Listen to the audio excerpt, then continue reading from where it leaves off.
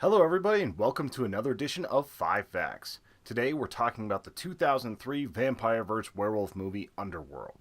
This one is a basically Romeo and Juliet adaptation with vampires and werewolves fighting each other. It's not entirely horror, it's a little bit of a mix of genre between action and all that, but it has some really cool stuff in there, so we're going to talk about it today.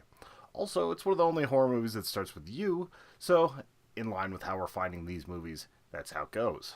While it has been critically panned, it's actually a pretty successful franchise. You're talking about on a $23 million budget being able to make more than $200 million, and it's got 5 movies. Technically, 4 of these movies are actually in the top 10 werewolf movies overall as far as their gross amount brought in. It's a movie that kind of panders to its audience. It's high in latex, high in hot people, high in just a lot of action, cool looking weapons. It's all about rule of cool. Anyway, let's get to the facts about this movie. Fact number 1. The attack dogs in this movie weren't all that vicious. The attack dogs outside the mansion were actually pretty docile.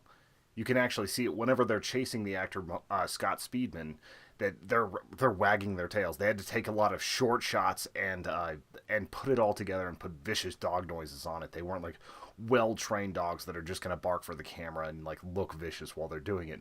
They were just some happy Dobermans by the look of it. Len Weissman was worried about how this would turn out, so he had to use a lot of editing tricks to actually make it look like they were vicious attack dogs. Fact number 2. Hearts were broken and love was found. Not only did Kate Beckinsale meet her future husband on the set of this movie, who ended up being director Len Weissman, she also was involved in a long-term relationship with Lucien, or Michael Sheen. Michael and Kate have a daughter together who actually appears in the film during a flashback when Celine was younger. Michael and director Len Weissman have actually become very good friends, and they've collaborated on a lot of movies, including Underworld, Rise of the Lycans together. Fact number 3. One of the more visually stunning effects of this movie was actually debunked on Mythbusters. In one of the Mythbusters Mega Movie Magic segments, they took on the part where Celine is shooting the floor to make a circle so that she can drop through and get to the floor below her. They analyzed that with the amount of round shots, the thickness of the floor, and a few other factors, that there wasn't near enough damage done to actually allow her to fall through the floor like this. Fact number 4. The Lycan costumes are extremely intricate.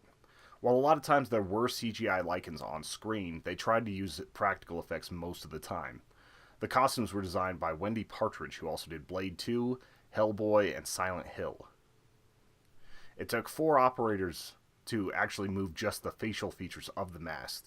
The way they would do it is that they would look for visual cues from the actor turning a corner or doing anything like that, and then start moving it. Like one person would control the ears and the eyebrows and various other forms. If it was an entire roar, it was a full-on team effort to get that to come across on the film. It was said that wearing the costume was like having a bowling ball attached to your head, so you had to have a pretty hardcore rigging system that would take the weight from right on the front of the forehead and put it more towards the lower back. The feet were done with an interesting type of carbon fiber prosthetic that allowed for the hawk appearance. The hawk is the part on a dog where it's kind of the inverted knee going backwards. They were probably my favorite part of this movie, in all honesty. I'm a huge fan of practical effects, so getting to see some of the stuff that you're probably seeing right up here is very impressive, especially because it never looks fake on screen whenever there's an actual prosthetic happening. Fact number 5. Popcorn facts. This was a movie that was kind of hard to find facts that were really good to dig into and give their own segment, so I found a bunch of very quick one-line facts that I'm going to give to you today. David Bowie was supposed to be part of this movie as one of the vampires during the dinner, but unfortunately his schedule didn't line up and they weren't able to make that happen. During the Middle Ages, 30,000 people were condemned to death as werewolves. In the 1400s, Pope Innocent VIII released a treatise recognizing shapeshifters and vampires as real. The first known vampire stories occurred in England around 1190. Like I said, this is stuff that I found while researching this movie, not so much stuff about the movie. Now it's on to the actual movie. The idea for UV bullets came from co-writer Kevin Garreau. He used to work in a lab where they used UV light to sterilize equipment, and that gave him the idea that it could be used against vampires. One of the only problems that I saw in this movie as far as like really, really clear mess-ups is that there are no casings for gunpowder on these UV rounds, so they actually wouldn't be able to fire. They're just there to look cool. Kate Beckinsale actually did not know how to drive before this movie. She learned how to drive on the set. While we're on the subject of Kate Beckinsale, she said that she really liked the look of the costume, but hated wearing it. She said basically it's latex, it's a condom with sleeves. Underworld is far from a perfect movie. It does have some really great elements of gore, of violence, of stylized nature, of a really solid world that they built up for its characters. But sometimes it feels a little bit like it's a weaker vampire movie than has been in the genre before. That being said, it shines through with that and makes a movie that I actually really enjoy watching. Not on so much a critical level, but on just, this is fun, I'm actually having fun watching something, and sometimes that's the most important thing. It's also the movie that turned Kate Beckinsale from kind of a heartthrob, like romantic comedy type actress into a badass. Like she would go on to do Total Recall and several other movies for a long time, as well as a couple movies in this franchise. It's a movie that outperforms its budget in a lot of ways. Like, this is $23 million, which sounds like a lot, but there are a lot of giant blockbuster action movies that can't get this sort of granular action in a movie for $23 million. They can't have it look this good, they can't have it fit together this well, and it is impressive what they were able to do for that $23 million budget.